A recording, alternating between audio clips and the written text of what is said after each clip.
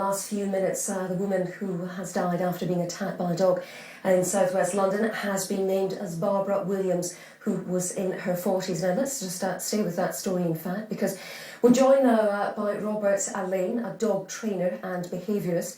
He is in our central London studio for us now. So this obviously is a distressing attack, shocking news. It's apparently a Belgian Mastiff, but there has been some confusion about the breed of the dog.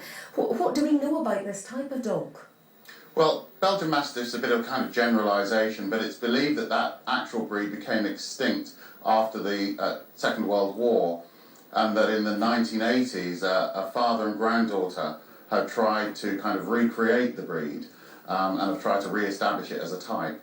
But the original dog is believed to have been extinct for quite some time now. So, from the description you've given and other reports of this type of dog, it's not a typical family pet, is it?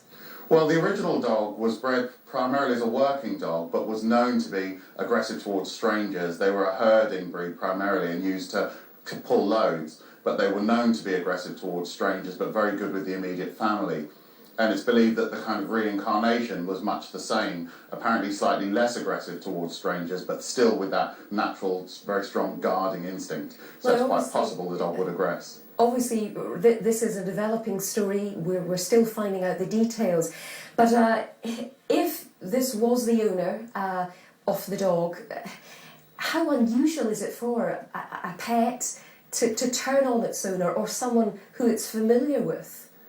Well, I think that dog attacks are, we all know already, on the increase, and I think there's also an increase now in dogs being aggressive towards their owners. I think that the people are much more trying to treat a dog as a member of the family rather than the family dog, and this can create problems, particularly if you've got a dog that's very large and very powerful and you have a kind of coalition-type relationship with that dog. It's perfectly possible that if you do something to upset it, the dog will show its objection, and when you've got a dog this big, that's going to end in problems for somebody. So, from what you've said, it's down to mismanagement by the owner rather than the dog or the breed?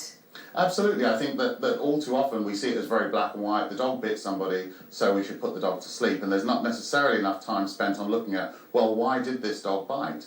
And it's that old adage, be careful of what you wish for, because you just might get it. If you take a dog that you think, well, I want this dog to be an effective guard dog, and you don't educate that dog correctly, don't be terribly surprised if the dog does what its predisposition says it should do. So when it's put in a situation where it feels that aggression is the obvious answer, it will use it. But obviously then the dog then gets the blame.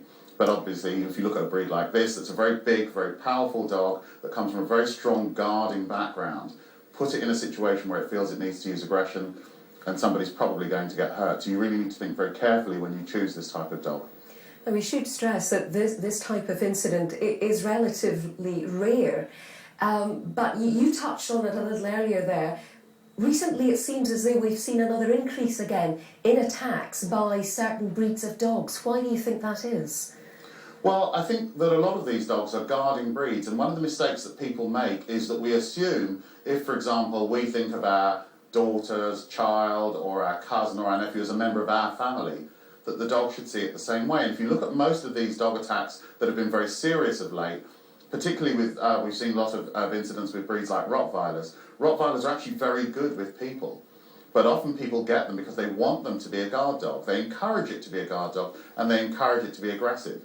But then they'll leave it with somebody that they think the dog should regard as a family member or a friend, but to the dog, that person may still be a stranger. So often if you go out and leave that dog with that person and the person does something the dog thinks is inappropriate, it's going to treat them as a stranger. So really my message to people would be, don't discriminate against these breeds and just say, well, Rottweilers are dangerous or French Mastiffs are dangerous. Think about the way that you educate it, because if you don't educate it properly, it will behave like a guard dog. But that's not necessarily the dog's fault. It's probably the reason why the person picked it in the first place. Okay, Robert, Alleyne, thank you very much for your thoughts. Thank you.